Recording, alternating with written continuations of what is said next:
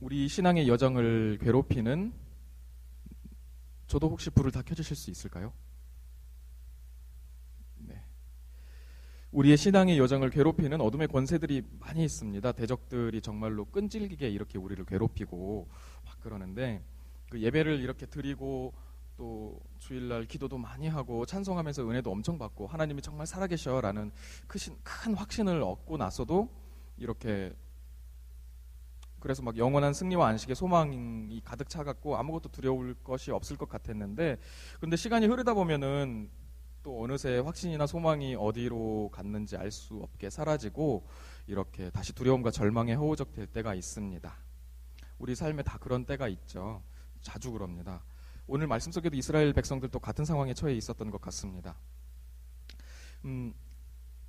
바로 왕에게 막 10가지 재앙도 내리고 정말 힘들게 하나님께서 애굽 왕을 이렇게 설득하시고 또 여러 가지 재앙으로 많이 내리셨는데, 그런데도 완악하게 바로는 그걸 허락하지 않았습니다. 계속되는 괴로움이 더해졌습니다. 이스라엘 백성들에게 하나님의 분명히 애굽 그 나라에 내려지는 10가지 재앙은 이스라엘 백성들에겐 하나님이 정말 살아계시고 하나님이 역사하신다는 그 승리의 증거였고, 어떤 놀라운 확신과 감탄에 찰 수 있는 그런 상황이었는데, 그것이 그런데도 불구하고 애굽의 군대와 그 백성들은 굴하지 않고 계속해서 이스라엘 백성들을 집요하게 우둔하게 행동하며 이스라엘을 괴롭혔던 것입니다. 하나님은 왜 그렇게 집요하게 애굽 왕과 그리고 또 애굽 백성들이 우둔하게 행동을 하도록 그렇게 만드셨을까? 다시 바꿔서 말하면 왜 이스라엘 백성들이 계속해서 애굽 사람들로, 애굽 왕 바로에 의해서 괴롭힘을 당하게 하셨을까? 결국 이스라엘 백성들은 홍해 앞까지 이렇게 그 애굽 군대에 쫓겨서 이렇게 이르게 되었습니다. 그리고 이제 막다른 골목이죠. 이제 정말 죽었구나라는 생각이 들었을 것입니다. 홍해 앞에서 백성들이 이제 심히 두려워서, 말씀해 보면 심히 두려워하여 여호와께 부르짖고 그들이 또 모세에게 이르되 애굽에 매장지가 없어서 당신이 우리를 이끌어내 이 광야에서 죽게 하느냐, 어찌하여 당신이 우리를 애굽에서 이끌어내 우리에게 이같이 하느냐. 우리를 내버려 둬라. 차라리 애굽 사람 섬기는 게 낫다. 지금 여기서 광야에서 죽는 것보다. 매장지가 없어서 나를 애굽 땅에 못 묻히게 하려고, 애굽 땅에 묻힐 데가 없어서 나를 여기까지 끌어냈느냐, 막 이런 원망을 모세에게 하고 있는 것입니다. 하지만 이렇게 지난주 우리 박정진 목사님께서, 혹시 안 오셨는지도 있는지 모르겠지만 박정진 목사님이 출판사에서 일을 하고 계셨는데, 그때 항상 이제 더 이상 여기가 아닌 것 같다는 느낌이 들고 숨이 턱 밑까지 차오를 그 순간, 경험에 의하면 늘 그 턱 밑까지 차오르는 그 순간 하나님께서 다른 길을 보여주셨는데, 바로 이스라엘 백성들에게 바로 그 다른 길을 보여주셨죠. 바로 홍해가 갈라지는 그 길입니다. 박정진 목사님에게도 그런 홍해가 갈라지는 기적처럼 유학을 갈 수 있는 길이 열리게 되었던 말씀을 지난주에 해주셨습니다. 숨이 턱 밑까지, 애굽 왕 바로가 바로 우리의 코앞까지 이르러서 우리를 칼로 내어치고 우리의 처자와 양떼를 모두 끌고 다시 돌아갈 바로 그때가 다가오게 된 것입니다. 그렇지만 하나님께서는 그 애굽 왕 바로의 코앞에서 이스라엘 백성들이 홍해를 가르고 지나갈 수 있도록 만들어 주셨습니다. 우리 삶 가운데 만약 그런 일이 있다면 우리는 쉽게 생각할 것입니다. 이제 하나님께서 길을 열어주셨으니까 우리는 이제 탄탄대로를 가게 될 거야. 박정진 목사님도 그 생각을 하셨겠죠. 하지만 박정진 목사님의 증언은 그렇지 않았습니다. 현실은 지난주에 표현하신 대로 제가 그걸 기억하고 있는데, 유학생활은 낭만 같은, 유학생활의 낭만 같은 거하고는 전혀 상관없이 사람이 이렇게 힘들 수도 있구나라는 그런 힘듦을 경험하셨다고 말씀을 하셨습니다. 이스라엘 백성도 그랬습니다. 하나님이, 이 빨간 카페트가 깔려 있네요. 마치 이 카페트가 마른 땅이 되듯이 이렇게 홍해가 갈라지게 하고 마른 땅이 드러나게 하시고 이스라엘 백성이 건너가게 하셨는데, 그런 놀라운 기적을 행하셨는데, 그런 놀라운 기적도 다시 잠시 금방 다시 애굽의 백성들이, 애굽의 군대가, 바로 왕이 창과 칼을 들고 병거를 이끌고 이스라엘 백성들을 쫓아온 것입니다. 승리가 바로 눈앞이었던 것 같은데 우리 목숨을 노리는 그 군사들이 이르게 된 것입니다. 그리고 또다시 하나님의 백성들은 하나님의 놀라운 기적과 엄청난 그 이사를 경험하자마자 다시 하나님을 원망하기 시작했습니다. 하나님, 어떻게, 방금 아까 우리가 읽었던 것처럼 막 모세한테 반항도 하고 우리 죽이려고 하느냐, 하나님 잊어버리고 그랬던 것입니다. 그런데 우리의 삶 가운데에서도 이런 일이 굉장히 많이 있습니다. 하나님의 은혜를 맛보고 사람의 영혼을 구원하는 일에 헌신하겠다고 이 길로 뛰어들었던 사람, 저와 같은 사람들, 또는 뭐 신학교에 가면 많이 있는 사람들, 선교제에 간 사람들, 항상 그랬다가도 어느새 하나님은 잊어먹고 새로운 어떤 선택의 순간, 그리고 내 진로의 어떤 기로가 왔을 때 그때 늘 고민하고, 그냥 뭐 고민 정도가 아니라 하나님을 원망하고 안위에 대한 내 앞날과 안위에 대한 걱정 때문에 두려움에 가득 차가지고 신세 한탄도 하고 푸념도 늘어놓고 때로는 부모님 원망도 하고, 그러다 우울해지면 차라리 태어나지 말았으면 하는 생각도 하고 그렇습니다. 아니면 세상과 타협해서 이제 나도 주류에 들고 싶다 해서 기득권 세력에 이렇게 뭔가 나도 줄을 대서 한번 같이 좀 살아보겠다 하고 하는 생각을 하기도 합니다. 세상과 타협하는 것이죠. 이처럼 이스라엘 백성들, 바로 이스라엘 백성들이 늘 계속해서 하나님의 엄청난 놀라운 이적을 경험하면서도 하나님 앞에 원망하고 두려워하고 불순종하고 모세에게 모든 책임을 전가하고 했던 모습들이 우리에게도 있습니다. 깡그리 하나님을 잊어먹고. 좀 우스운 경험이 하나 생각이 나는데, 신학대학원 입학시험을 보는 날이었습니다. 같은 교회 출신 수험생들하고 함께 아침 일찍 시험장으로, 신학교 시험장으로 갔습니다. 아침 일찍 나왔기 때문에 아침을 못 먹었습니다. 이제 메뉴가 여러 가지 있었는데 김치찌개도 있고 제육볶음도 있고 뭐 된장국도 있고 그다음 미역국도 있었습니다. 아침에 먹기에 뭐가 제일 좋을 것 같습니까? 미역국이 제일 좋죠. 다 미역국만. 나도 미역국. 근데 그때 갑자기 이미 아이가 둘 있으시고 시험을 5번째 보시는 40대 전도사님이 한 분 계셨는데, 그분이 갑자기 미역국을 탁 취소시키고 차라리 된장국을, 그래도 된장국이 제일 낫겠다 하시는 겁니다. 그러면서 하시는 말씀이, 그래도 시험 보는 날인데 미역국 먹기는 좀 그렇잖아요. 미역국이 그 미끌미끌하니까 시험 보는 날 먹으면 왠지 시험에서도 쭉 미끄러질 것 같다는 그런 미신이 있잖아요. 좀 그냥 웃어 넘길 수도 있는 말이긴 한데, 그리고 또 나이도 많고 절박하신 건 알겠는데 하나님을 섬기고 그분께 헌신하고 신학교에 입학했다고 하겠다고 하신 것과, 그리고 또 하신 그 결단과 시험 보러 온 그 마음과 시험 앞에서 미역국을 먹지 않고 취소시킨 그게 왠지 좀 뭔가 모순되는 것 같은 느낌이 들었습니다. 또 하나 이거를 생각하니까 또 하나 생각이 나는데, 런던 올림픽 있어서 저는 그 지겨운 여름방학 동안 이 매지리의 생활, 여러분도 안 계시고 수요예배도 없는 그 지겨운 생활 동안 얼마나 큰 위로를 받았는지 모르겠습니다.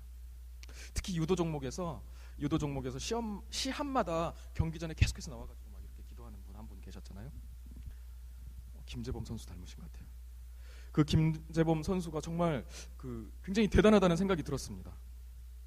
요즘에 이제 기독교인 하면 바로 개독교로 연결되고 위선자가 떠오르게 되는 요즘 같은 세상에, 야, 저렇게 운동 경기 나와가지고 막 기도하는 모습을 공개적으로 보이고 막, 그리고 시합도 다 이기고 막, 진짜 와, 하나님이 함께하는 사람인가 보다 이런 생각이 들었습니다.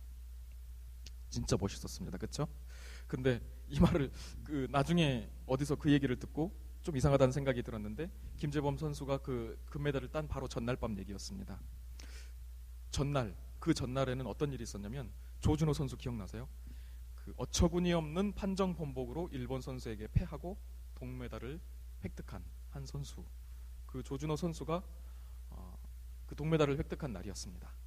김재범 선수하고 조준호 선수하고 같은 방이었는데, 조준호 선수가 동메달을 들고 딱 들어오니까 김재범 선수가 이렇게 얘기했대.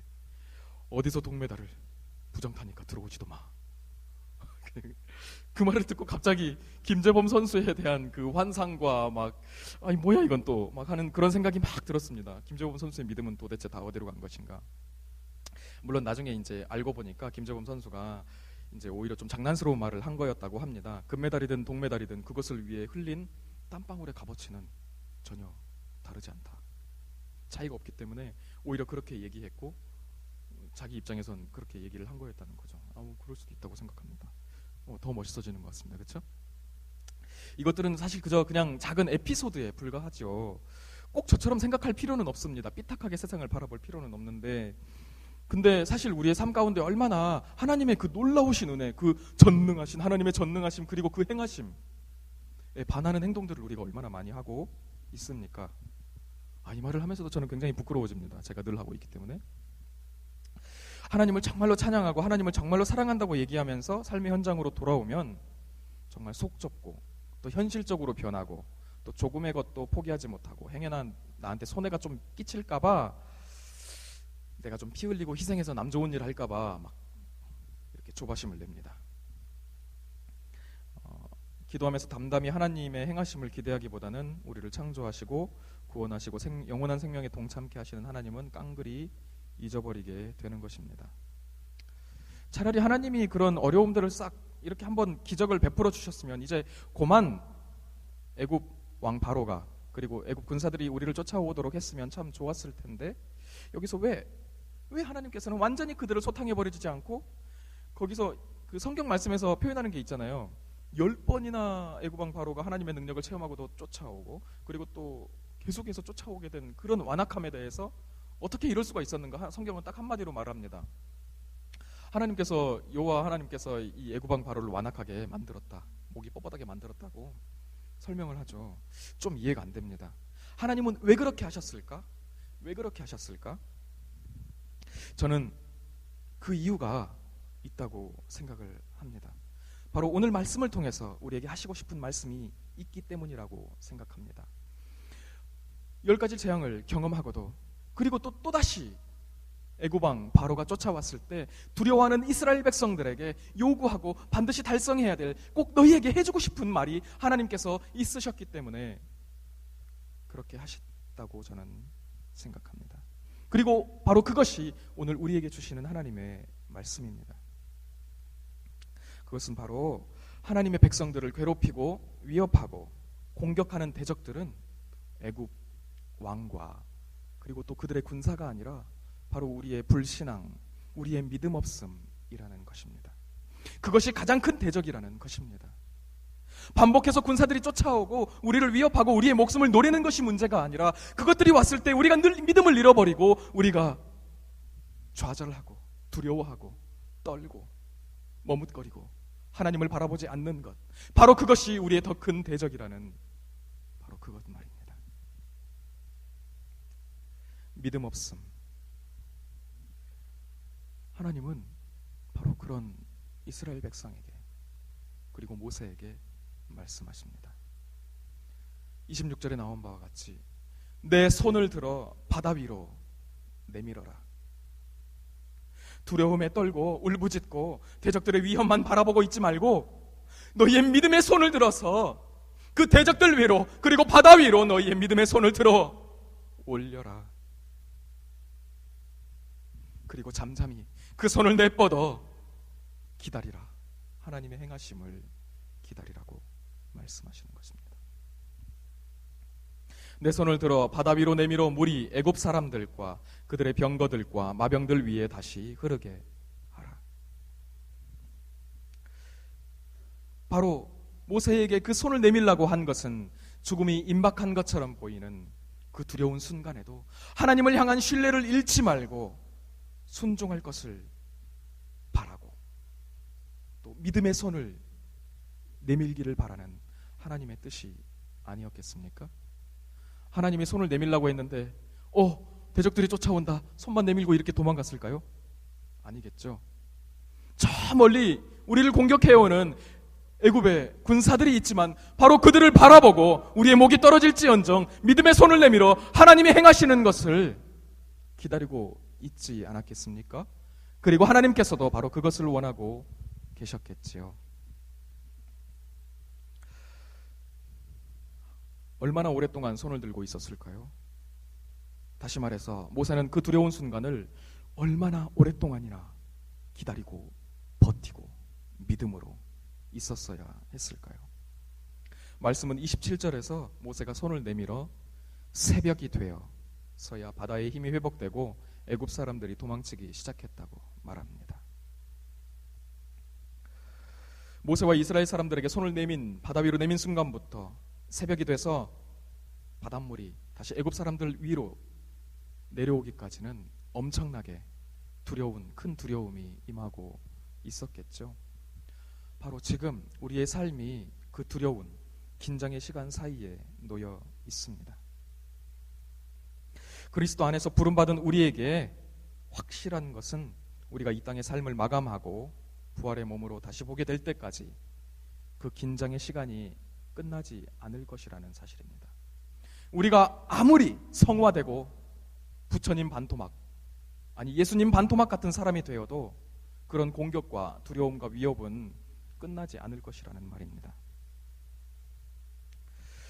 만약 채찍이 살점에서 떨어지고 손과 발에 못이 박히고 숨조차도 쉴 수 없는 그 상황 가운데 예수님께서 만일 믿음의 손을 고난의 바다 위에 내밀기를 거절하시고 그곳에서 내려오려고 하셨다면 우리는 지금 어디에 있을 수 있을까요? 우리의 영원한 생명과 부활의 소망은 어디로 가버렸을까요? 죽을 때까지 우리는 믿음의 손을 내밀고 바다 위로 우리의 믿음의 손을 내밀어야만 합니다. 우리의 대적은 우리를 위협하는 눈에 보이는 세력이 아닙니다. 오히려 그 순간에 하나님을 향한 신뢰를, 믿음을 잃어버리는 우리의 불신앙이 우리의 가장 큰 대적입니다. 오늘 우리에게 주시는 하나님의 말씀은 그 모든 순간에도 우리의 믿음의 손을 내밀어 두려움을 이기고 하나님을 기다리라는 바로 그것입니다.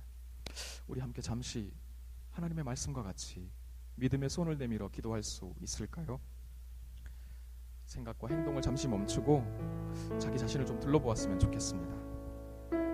여러분에게 손을 내밀어야 될 고난과 또 두려운 고난의 바다는 무엇입니까? 혹시 어떤 과거의 기억은 아닙니까? 아니면 내가 살아남아서 세상적인 욕망, 그것을 성취해야 되겠다는 그런 욕심, 한두 번의 고난 능력을 경험하고 이제 모든 걸 다 알았다라고 생각하는 그런 교만함이 우리를 가로막고 있지는 않습니까? 우리 믿음의 손을 함께 내밉시다. 눈을 감고 우리를 괴롭히는 대적을 떠올려 봅시다. 그리고 그것들 위해 우리의 믿음의 손을 들어 하나님께 기도합시다. 새벽까지 하나님, 우리가 새벽까지 하나님의 행하심을 기다리겠습니다. 대적을 두려워하고 도망가지 않겠습니다. 우리를 괴롭히는 그 대적을 마주보고 주님의 행하심을, 주님의 이기심을 주님 기다리겠습니다.